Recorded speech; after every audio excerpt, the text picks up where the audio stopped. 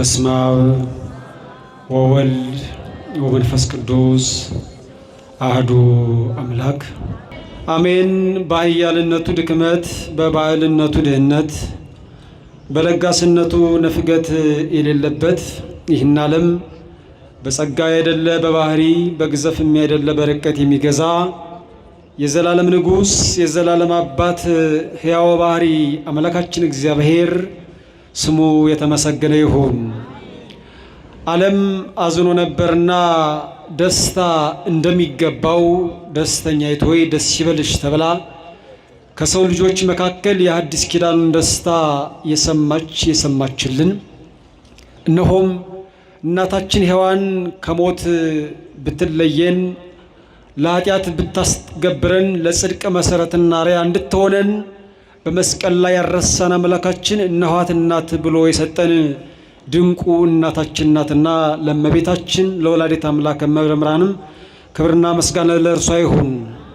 በዛሬ ዕለት በምልጃው እንድንባረክ በጸሎቱም እንድንቀደስ ደጁ ላይ የመጣን ታላቁ አባት ዛሬ የምናከብርበት የምናነግስበት ክብሩ የምንገልጥበት ዕለት ነውና ታላቁ አባታችንም ክብርና ምስጋና ለእርሳቸው ይሁን። እንኳን አደረሳችሁ።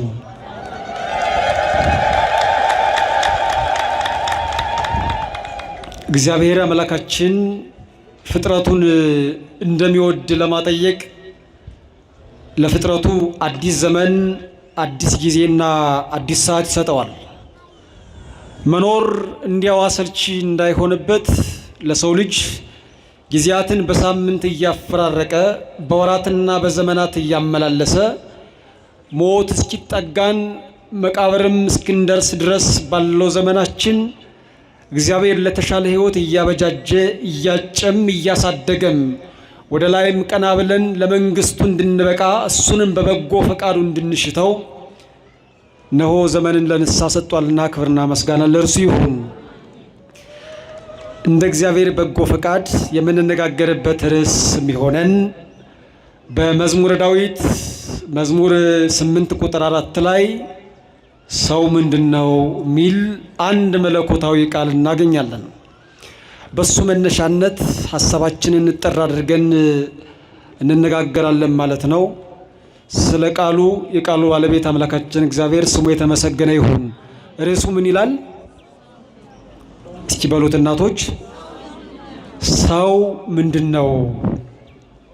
ይህንን የሚጠይቀው ታላቁ ዳዊት መዝሙረኛው በእስራኤል ላይ ለ40 ዘመን ያክል የነገሰው በበደልም ቢተካከል ነገር ግን ስለ በጎነቱ እግዚአብሔር በኋለኛው ሰዓት የመለሰው ንስሐውን የሰማለት በብሉይ ኪዳንም ዘመን በአዲስ ኪዳንም ዘመን ስሙ በጽድቅ የሚነሳ ቤተ ክርስቲያኒቱ ጽላት ቀርጻ ስሙን አንግሳ ከክብሩ እንድትቋደስ ዘወትር ክብሩን የምትገልጥለት የምትናገርለት ታላቁ ዳዊት ስለ ሰው ልጅ ይጠይቃል።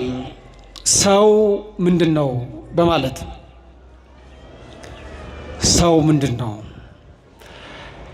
ይህንን ጥያቄ ወደ ዓለም ስናመጣው የሰው ልጅ ዛሬም ቢሆን የት መጣው ጥያቄና ሰው እንዴት ይኖራል? ሰው ማን ነው? ሰው ወዴት ይሄዳል?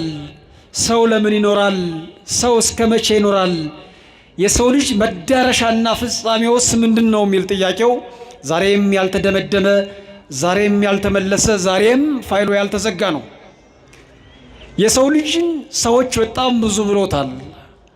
አንዳንዶቹ ሰውን በማይገባው ስፍራ አስቀምጠውት አንተ እኮ አምላክ ነህ ብለውት እንደ ዜውስና እንደ አርጤምስ ሰግደውለታል፣ ተንበርክተውለታል፣ ክብርም ሰጥተውታል።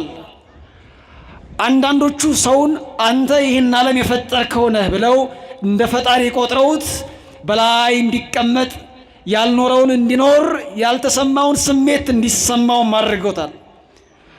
አንዳንዶቹ ሰውን ከእንስሳት ጋር አመሳስለውት ሰው ልጅም እንስሳ ነው ብለውት ከእጽዋትና ከእንስሳት ጋር እኩል አዳብለውታል። አንዳንዶቹ የሰው ልጅ መነሻው የማይደረስ የማይታወቅ መደረሻው የማይታወቅ እንዲሁ የሆነ ንጹሕ ፍጥረት ነው እያሉ ተናግረውለታል። አንዳንዶቹ የሰው ልጅ በስርዓት አልባ ግሽበት የመጣ እንዲሁ ከምንም የተገኘ መዳረሻም የሌለው ፈጣሪም የሌለው ባይተዋርና ከርታታ ፍጥረት ነው ብለው መደምደሚያም ሰጠውለታል። አይ እንደዛም አይደለም።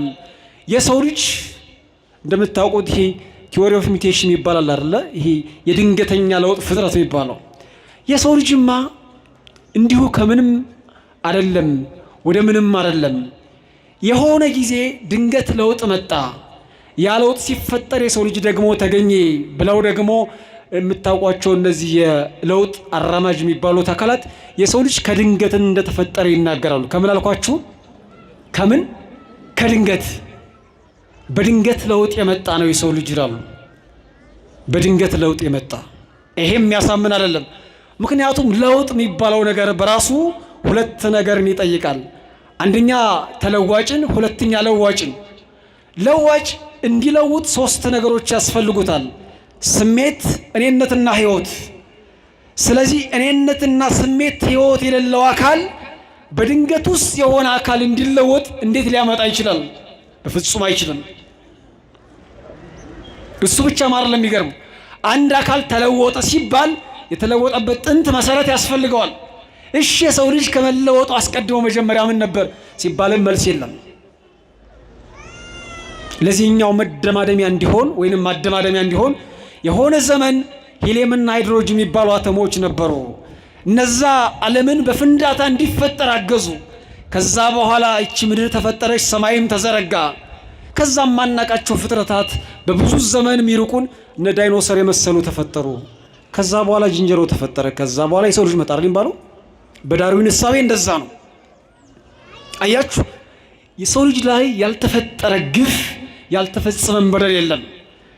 ከእውነተኛው እግዚአብሔር ከፈጠረው ካዘጋጀው ከሰራውና ሊያኖረው ከወሰነው አምላክ ከቅፉም ለመነጠል ካለውም ለማስወገድ የሰው ልጅ በሰው ላይ ብዙ ስራ ሰርተዋል። ለዚህ ነው በድንገት ነው የመጣህ አሉት። ይሄም አላሳምነው ሲለው አንተ ከዝንጀሮ ነው የመጣህ አሉት። ምክንያቱም ሞራል እንዳይኖረው፣ እሴት እንዳይኖረው፣ ባህል እንዳይኖረው፣ ሃይማኖት እንዳይኖረው፣ ተርታ ምናምን ነኝ ብሎ መዳረሻ የለኝ ብሎ እንዲያስብ አንተ የተፈጠርክ ከዚህ ነው ብለው ሰዎች በሰው ላይ ግፍ ሰሩ። ይሄ ብቻ አይደለም የሚገርመው። በአንድ ወቅት በ18ኛው መቶ ክፍለ ዘመን መገባደጃ ላይ አንድ ሐሳብ ነበረ። ሰው ምታት ነው ወይስ አዎንታዊ ፍጥረት ነው የሚል። ምታት ነው ወይስ አዎንታዊ ፍጥረት ነው? ምታት ካልሆነ የሰው ልጅ በዚህ ምድር ላይ ቆይቶ ለምን ይተናል? ለምን ይጠፋል? ወደ መቃብር አስገብተ ነው እንዲያወፈር ቢያስ ለምን ይሆናል? በምድር ላይ ይንቀሳቀስ የነበረ አካልስ እንዴት ባይተዋር ሊሆን ይችላል ብለው ያስቡና ይጨነቁ ነበር። ከዚህ የተነሳ የሰው ልጅ ምታት ነው እንጂ አዎንታዊና አማናዊ ፍጥረት አይደለም ወደሚል ድምዳሜ ደርሰዋል። ከዚህ የተነሳ አብዛኞቹ የቁስ አካል ፈላስፎች ሰው ምንድነው፣ የሐሳብ ፈላስፎችም ሰው ምንድነው፣ እንዴት ተፈጠረ፣ እንዴት ይኖራል፣ ደግነትን እንዴት ኖረው፣ መዳረሻው ምንድነው፣ እስከ መቼስ ይኖራል የሚለው ጥያቄ አሁንም በዓለም ላይ ይርመሰመሳል። ታውቃላችሁ፣ አብዛኛው የዓለም ሕዝብ ከዝንጀሮ እንደመጣ ነው አብዛኛው የሚያስበው። በተለይ ነጩ አካል እኛ የተፈጠርነው የሆነ ጊዜ በተፈጠረ ዝግመተ ለውጥ በሆነ ጊዜ በመጣ ድንገት ለውጥ የመጣን የተፈጠርን ብሎ ነው የሚያስበው። ከዚህ የተነሳ የሰው ልጅ ክብር ማርግና ልልና በጣም እየወረደ የሳይንስ አብዮት የፍልስፍና አብዮት እያደገ በሄደ ቁጥር አሳዳጊው የሰው ልጅ አእምሮውን ሶፍትዌሩን የጫነው አካል እየተረሳ ሰው ምናምንቴና ብቸኛ እንደሆነ ይታሰብ ጀመር ማለት ነው። ግን ሰው ምንድነው? እሱ ሰውስ ማን ነው? እኛስ ማን ነን? እንዴት እንኖራለን? ይህን የሚለውን ጥያቄ በአጠቃላይ አደማድሞ ህሊና በማይናወጽበት በማይረበሽበት ወዲያና ወዲህ በማይምታታበት መንገድ የሚመልስና የምትመልስ የኛ ቤተክርስቲያን ብቻ ናት። ምክንያቱም ወደ ሌላ ቦታ ስትሄዱ ለምሳሌ እስልምና ጋር ስትሄዱ የሰው ልጅ እንዴት ተፈጠረ የሚለውን ሲያስቀምጥ በአራት ወገን ያስቀምጠዋል። በአንድ በኩል የሰው ልጅ የተፈጠረው ከገማጭ ጭቃ ነው ይላል እስልምና። ከምን አልኳችሁ? ከገማጭ ጭቃ የሆነ ርጡብነት ያለው የሰነበተ የሚሸት ጭቃ የሰው ልጅ ከዛ ተፈጠረ። ስለዚህ መዓዛው ጠረኑ የሚሸተው ለዛ ነው ብሎ ያምናል። አይ ይላል ራሱ ቁርአን ደግሞ መልሶ ያፈርሰዋል። ምን ብሎ ካላችሁ የሰው ልጅ የተፈጠረው ከሚቀለጨለጭ ጭቃ ነው ይላል። ይቅርታ፣ ከሚቀለጨለጭ አፈር። የሚቅለጨለጭ አፈር ማለት የሆነ ጭቃ ፀሐይ ከመታ በኋላ ይደርቃል። ከዛ ከደረቀው አፈር ደግሞ የሰው ልጅ ተፈጠረ ይላል። ደግሞ እሱን መልሶ ራሱ ያፈርስና የሰው ልጅ የተፈጠረው ከፍቶት ጠብታ ነው ይላል እያለ ይቀጥላል። ወደ ሂንዱይዝም ስትሄዱ የሰው ልጅ እንዴት ተፈጠረ ለሚለው አዎንታዊ ምላሽ አይሰጥም። እንዲሁ እንደተፈጠረ ይናገርና የሆነ ጊዜ ዝንጀሮ የሆነ ሰው ሰው እንደሚሆን፣ የሆነ ጊዜ ሴት የሆነች አካል ወንድ እንደምትሆን፣ የሆነ ጊዜ ወንድ የሆነ ሰው ዘመን አልፎ ጊዜ ተላልፎ በሆነ አካል እንደሚገለጥ ያምናል።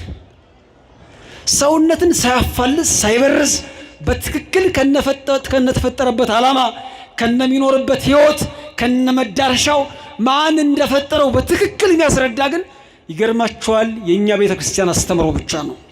ለዚህ ነው ሰውነታችን ሳይፈርስ ማዕረጋችን ሳይፋለስ ዛሬም መቅደሱ ስር አባቶቻችን በትክክል ሲመሩን እኛም በትክክል ስንመራ የሰውነት ማዕረግ ላይ አንዳችም ላይ ዝቅ ሳንል ሰውነትን ጠብቀን የምንገኘው ሰውነትን በትክክል የሚያስረዳ አስተምሮ ስላለን ስለ ሰውነት ትልቅ ክብር ያላት ቤተክርስቲያን ስላለችን ሰውነትን የሰራ ያበጃጀ አምላክ ከኛ ጋር ስላለ ነው ዛሬ የሰውነትን መርህ የሰውነትን ዓላማ የሰውነትን ትክክለኛነት ሳንፈልስና ሳንበርዝ ይዘን ምንቀ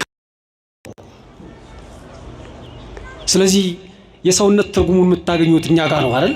በዚህ ቤተክርስቲያን ታገኙታላችሁ። ምክንያቱም ፍለጥ ቁረጥ የሚል አስተምሮ የለም። መግፋት ማሰቃየት የሚባል ነገር የለም። የሰው ልጅ የትክክለኛ መርህ መገለጫው እሱ ስለሆነ ግን ሰው ምንድነው ካላችሁ በአንደኛ ደረጃ ግሩም የሆነ ተፈጥሮ ያለው አካል ነው። ምን አልኳችሁ? አይሰማኝም። ግሩም የሆነ ተፈጥሮ አይገርም? እግዚአብሔር በዕለተ እሑድ የፈጠረውን ፍጥረታት እንዲሁ ያለ ድምፅ እንዲሁ ያለ ነገር እንዲሁ ያለ ግብር ሰራ አዘጋጀ። በዕለተ ማክሰኞም ስትሄዱ እንደዛ በድምፅ ብቻ ሲፈጥር፣ በዕለተ ረቡዕም ስትሄዱ ፀሐይና ጨረቃን እንደዛ፣ በዕለተ ሐሙስም በባህር ያሉት እንደዛ፣ ዓርብ ጠዋትም እንስሳትን ሲፈጥር ያን መንገድ ትመለከታላችሁ። ዓርብ ሊነጋጋ ሲል አዳምን የፈጠረበትን ግብር ስትመለከቱ በጣም ትደነቃላችሁ። አዳምን በሶስት መንገድ ፈጠረው። አንደኛ በመናገር የሰው ልጅ ባሪያችን በምሳሌያችን እንፍጠር ብሎ በመናገር እግዚአብሔር ሰው ልጅ ፈጠረው። አይገርም? እግዚአብሔር ተናጋሪ አምላክ እንደሆነ እኔነት ያለው አምላክ እንደሆነ የገለጠው ሰማይም ተናጋሪም መስካሪም በሆነው በሰው ልጅ ላይ ነው። ምክንያቱም ለእንስሳት እግዚአብሔር ቢናገር እንዴት ይሰሙታል? ለአራዊት ድምፁን ቢያሰማ እንዴት ሊሰሙት ይችላሉ? ለሰማይ ድምፁን ቢያሰማ እንዴት ሰማይ ይሰማዋል? ለሰው ልጅ ሲናገር ግን የሰው ልጅ እውነት ነውና ይመሰክራል፣ እኔነት አለውና የሰማውን እውነት ያስተላልፋል። እናም ባሪያችን እንደ ምሳሌያችን እንፍጠር አለ እግዚአብሔር። አይገርም? የሰው ልጅ የሚናገር ፍጥረት የሚናገር የተናገረውን እውነት የሚኖር አካል ነውና እግዚአብሔር የሰውን ልጅ በመናገር ፈጠረው። ለዚህ ነው የምትናገር ቤተክርስቲያን ስላለች የምታዳምጡ እናንተ ትኖራላችሁ። የምትቀድስ ቤተክርስቲያን ስላለች የምትቀደሱ እናንተ አላችሁ። የሚናገር እግዚአብሔር ስላለ እነ ሙሴ ወደ ቁርጧጦ ሄዱና የእግዚአብሔርን ድምፅ ይሰማሉ። ነቢያቱ አባቶቻችን እንደዛ። እናም የሰው ልጅ ተናጋሪ ፍጥረት ነው። እንስሳት አራዊት ድምፅ አላቸው አይደል? ግን ያ ድምፃቸው ንግግር አይደለም። ከዚህ በተለየ መልኩ የሚናገር ፍጥረት የሰው ልጅ ነው። ለምን ካላችሁ በኋለኛው ሰዓት እግዚአብሔር መጥቶ እውነትን እስኪናገር ድረስ እውነትን በነገሩም ይፈልግ በሐሳቡ እያመላለሰም ይፈልግ በተናገረው እውነት የሚኖር በኋለኛውም ሰዓት ና በቀኜ ና ቁም ብሎ የሚጠራው በንግግር ስለሆነ እግዚአብሔር የሰው ልጅ በነገር ፈጠረው። በሁለተኛ ደረጃ የሰው ልጅ በምን ፈጠረው ካላችሁ በሐሳብ እግዚአብሔር ክብሩ በባህሪው እንደቀረ አውቆ ይህን ዓለም ልፍጠር ብሎ አሰበ አይደል የሚለው መጽሐፍ። ልፍጠር ብሎ አሰበ። አየው፣ ከነዚህ ፍጥረታት መካከል በሐሳብ የተፈጠረው የሰው ልጅ ነው። ለምን ካላችሁ የሰው ልጅ ያስባል። ይሄ ይበጀኛል፣ ይሄ ይጎዳኛል፣ ይሄ ይሻለኛል፣ ይሄ ይከፋኛል፣ ይሄ ያጸድቀኛል፣ ይሄ ያስኮነኛል ብሎ ልቦናው አመላልሶ ኩላሊቱ አጢሶ ሐሳብ አመላልሶ በሐሳብ የሚገለጥ ፍጥረት ስለሆነ እግዚአብሔር የሰው ልጅ በሐሳብ ፈጠረው። ለዚህ ነው እኛ ቁጭ ብለን እዚህ ወደ ሰማይ እናስብ ብለን ስናስብ እናስባለን። ወደ ጥልቁም ስናስብ በርባሮስ አይጋርደንም፣ አብይ ባህር ታላቁ ባህር አይጋርደንም። ሐሳባችን ወደ ሰማይ ይመጥቃል፣ ወደ ምድሩም ይዘልቃል። ለዚህም ነው ታላቁ ዳዊት እመኒ ነሣእኩ ክንፈ ከመ ንስር፣ እነሆ እኔ እንደ ንስር ክንፍ አግኝቼ ወደ ሰማይ እመጥቅ ይላል። አዎ የሰው ልጅ ወደ ሰማይ በሐሳብ ስለሚከንፍ ነው። የሰው ልጅ ሐሳባዊ ፍጥረት ስለሆነ ወደ ሰማይ ቀና ብሎ በሰማይ የምትኖር አባታችሁ ሆይ ይላል። አየኸው? ያላየውን ያልጨበጠውን ያልዳሰሰውን አምላክ በሐሳብ ዘልቆ ሄዶ በዙፋኑ ስር በዙፋኑ ላይ ያለውን ጌታ ይፈልጋል።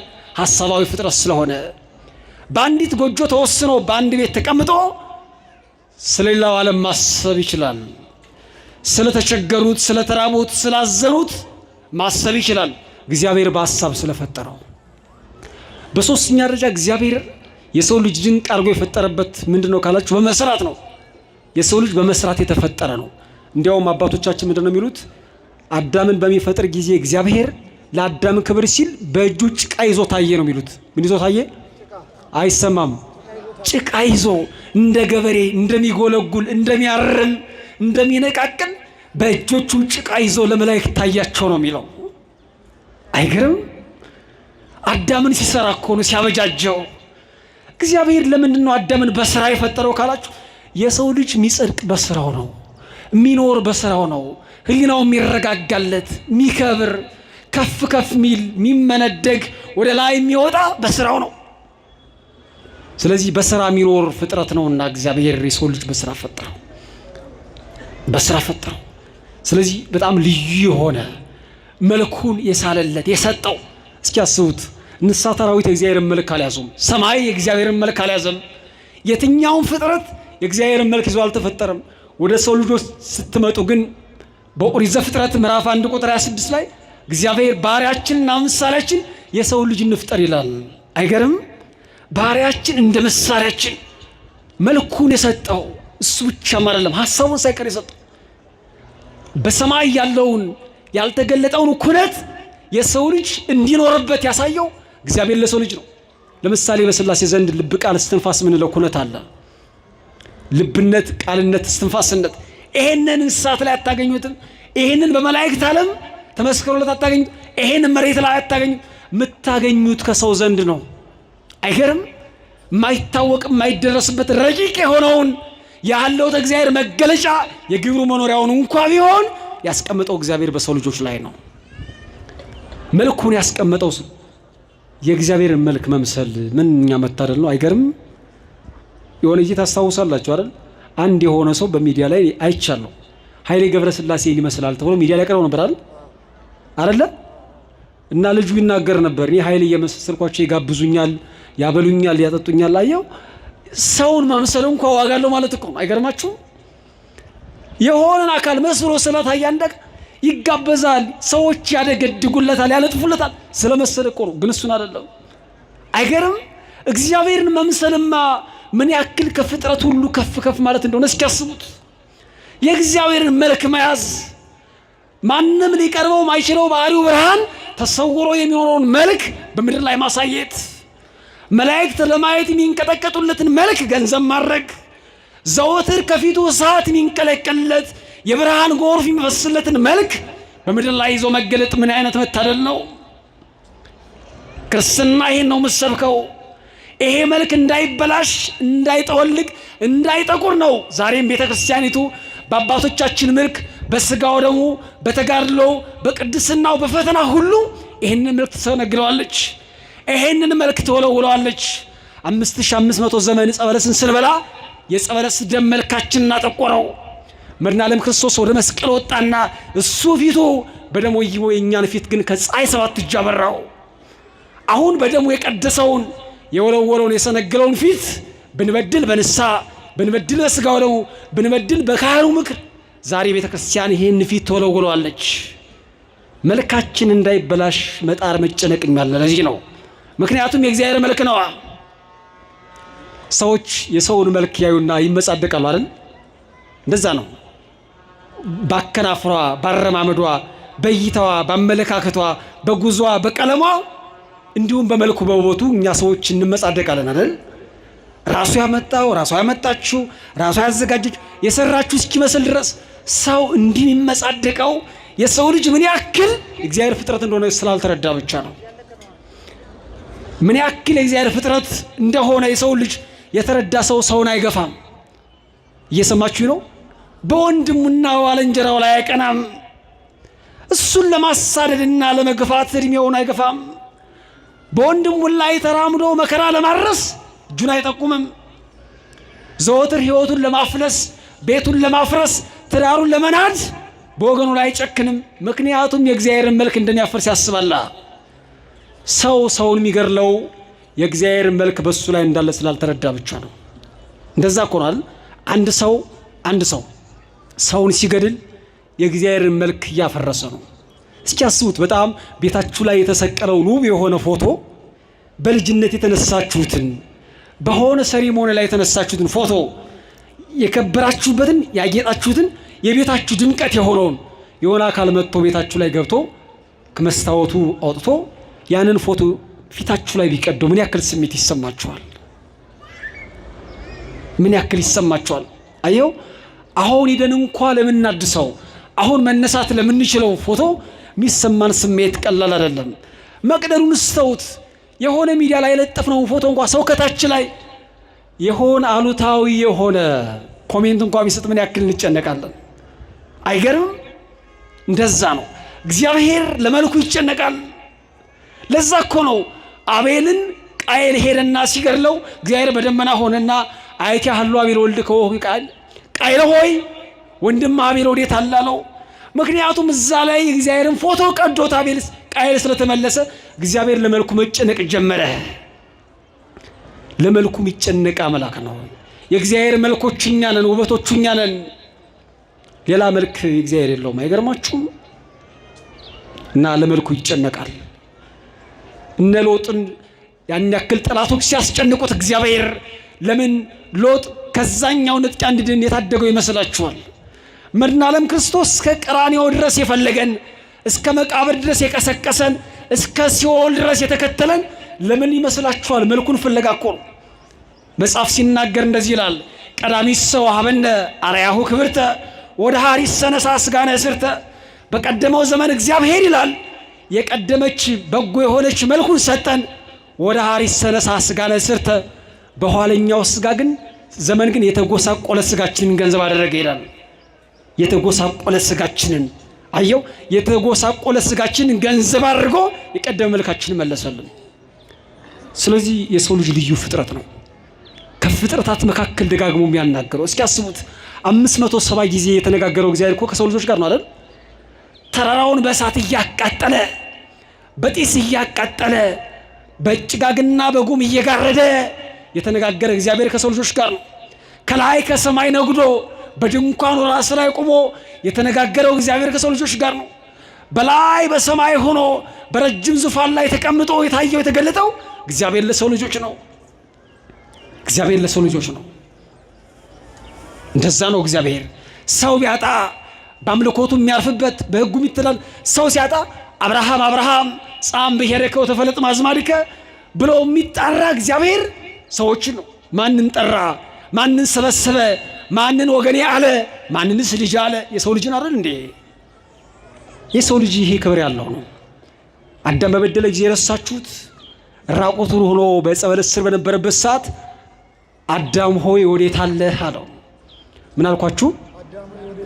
አይሰማኝም። ወዴት አለህ? ዲያብሎስ በጠፋ ሰዓት አይገርማችሁም? ወዴት አለ ብሎ እኮ አልፈለገውም።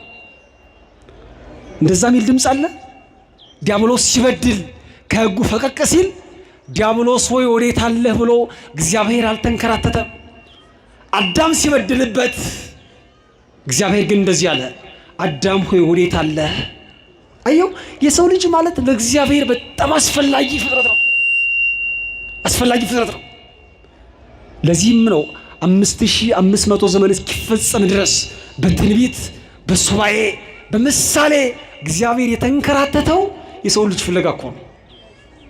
የሰው ልጅ ከዛ ከቅፉ ሲወጣበት ከገነት ሲባረርበት እግዚአብሔር እሱም ብዙ ዘመን ፈልጎታል እና ከወገኖቹ ተለያለ። አብርሃምን የሚጠራው እኮ አዳምን እኮ ነው። አይገርማችሁ? ከወገኖቹ ማለት ከአጋንንት ተለይተ ማለት እኮ ነው። አዳም ከአጋንንት ካልተለየ እንዴት ምረርስ የምትባለዋል መንግሥተ ሰማያት ሊወርስ ይችላል? አይችልም። እና ከወገኖቹ የለየው የተንከራተተለት የፈለገው የሰው ልጅ ትልቅ ዋጋ ስላለው ነው። በአንድ ወቅት ሶሎሞን የሚባል ንጉሥ ሐሩራኤል ጩሪያቅ የምትባል ህቡዕ ስም ያስቀረጸባት ቀለበት ነበረችው። ምን ነበረችው አልኳችሁ? ምን ነበረችው? ቀለበት ነበረችው። ታዲያ ይችን ቀለበት ሁልጊዜም ወደ ተግባሩ ከዙፋኑ ወጥቶ ሲሄድ ከዙፋኑ ላይ ያስቀምጣታል።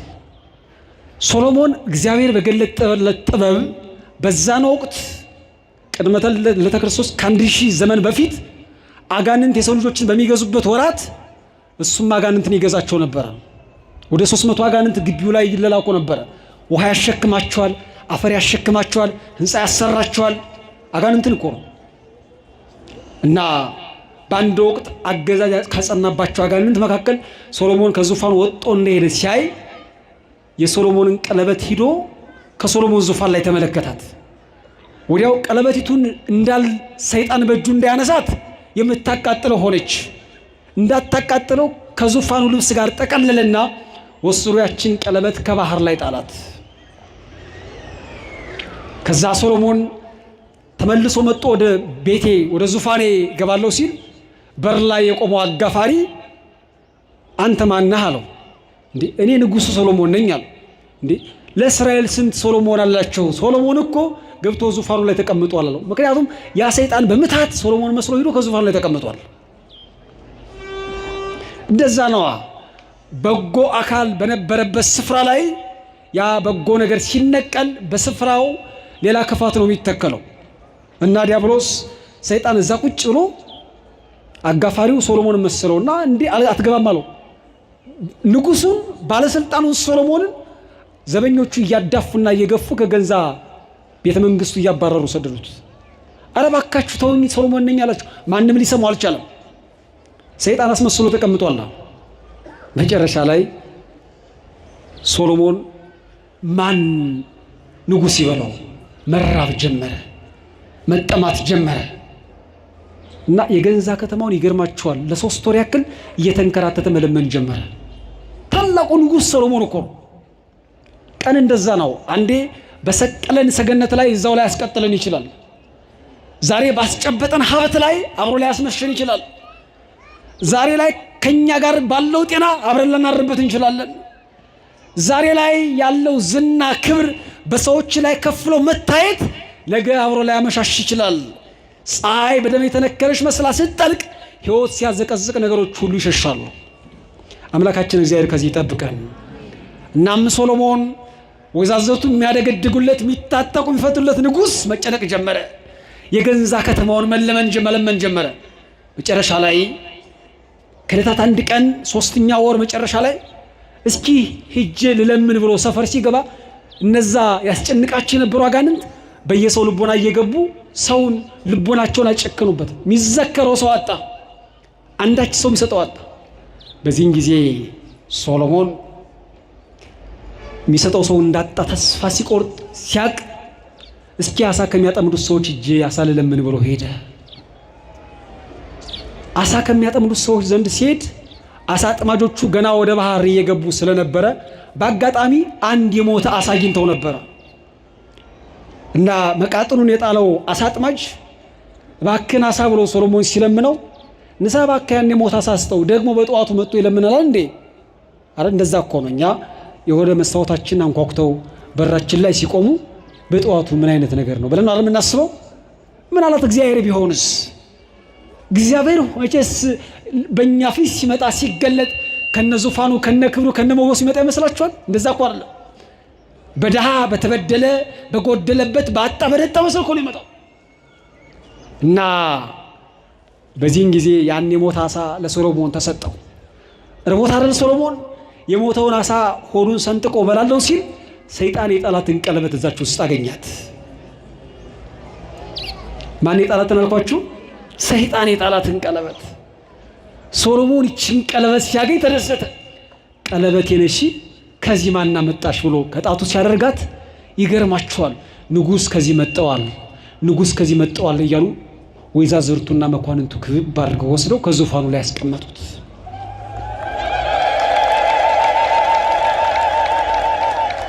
ይሄ ምሳሌ ነው። ይሄ ምሳሌ ነው። ሶሎሞን የመድኃኔ ዓለም ክርስቶስ ምሳሌ ነው። ሶሎሞን በዙፋኑ ላይ ያስቀመጣት ቀለበት ደግሞ ይገርማቸዋል። ሶሎሞን ቀለበቱን በዙፋን ላይ ማስቀመጡ እግዚአብሔር አምላክም አዳምን ፈጥሮ አዘጋጅቶ ሰርቶ አኮናውኖ በነፍስ ሕያው በልጅነት አክብሮ በገነት የማስቀመጡ ምሳሌ ነበር። ያቺ ቀለበት የተቀመጠችባት ዙፋን አዳም የገባባት የገነት ምሳሌ ናት። አዎ በዛች ዙፋን ላይ ሶሎሞን ይቀመጥባታል። አሁን ግን ቀለበቲቱ ወደ ባህር ስትወርድ ያቺ ዙፋን ባይተዋር ትሆናለች፣ ጌታዋን ታጣለች። እንደዛ ነው። አዳም ተፈጥሮ ወደ ገነት ከገባ በኋላ ይገርማቸዋል። ገነት አዳምን ካጣች በኋላ ለ5500 ዘመን ያክል ጌታዋ እስኪመጣ ወደ ዙፋኑ እስኪመለስ ወደ ክብሩ እስኪመለስ ድረስ ተዘግታን የቆየችው። ታዲያ ያቺን ቀለበት ሰይጣን እንዳታቃጥለው በልብስ ጠቅልሎ ወስዶ በባህር እንደጣለው ሁሉ ዲያብሎስም ወደ አዳም መጥቶ እንዲያው ዲያብሎስ በግርማው ወደ አዳም ቢሄድ አዳም አይቀበለው፣ ሔዋንም አትቀበለው። ነገር ግን ቀለበቲቱ በልብስ እንደተሸፈነች ዲያብሎስም በእባብ ገላ ተሰውሮ በእባብ ገላ ተደብቆ በእባብ ገላ ህልው ሆኖ ሄዶ አዳምን ከገነት አባሮ ወደ ምድረ ፋይድ የመጣሉ ምሳሌ ነበረ። ያቺ ቀለበት ስለጠፋችው ሶሎሞን ተንከራቷል። አያዩን ነገር ተመልክቷል። ባይተዋር ሆኗል። ቤተ መንግስት እያለው ስልጣን ክብር እያለው ከርታታ ባይተዋር ሆኗል። ለምን ካላችሁ ቀለበቱ ስለጠፋው።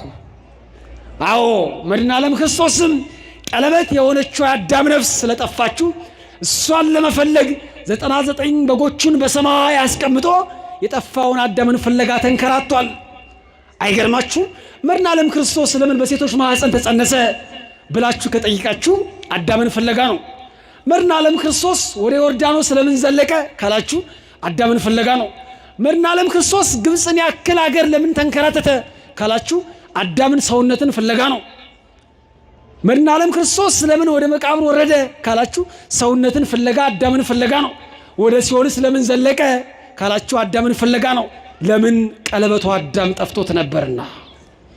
ያንን ቀለበት ሶሎሞን ሲያገኝ ወደ ዙፋኑ እንደተመለሰ መድኃኔ ዓለም ክርስቶስም አዳምን ገንዘብ ካደረገ ስጋውን ገንዘብ ካደረገ አዳምን በጽድቁ ከዋጀ በገነት በኩል እንዲኖር በር ከከፈተለት በኋላ ወአርገ በስጋ እንተነሳ ማቤነ ሀባብ ዘፈኖ ከኛ በነሳው ስጋ ወደ ሰማይ ያረገ ተብሎ ተነገረለት።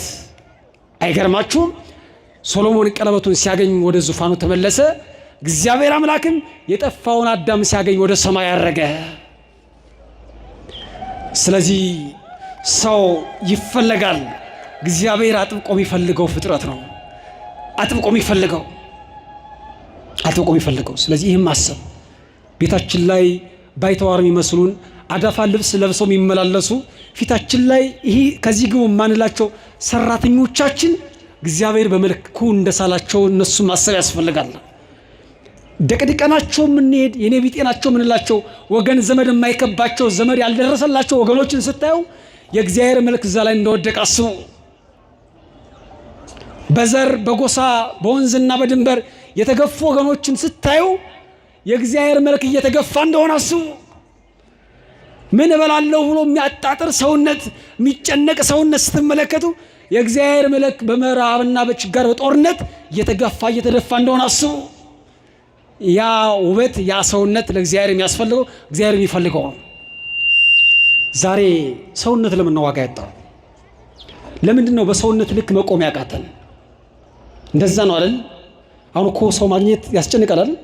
እንደዛ እኮ ነው።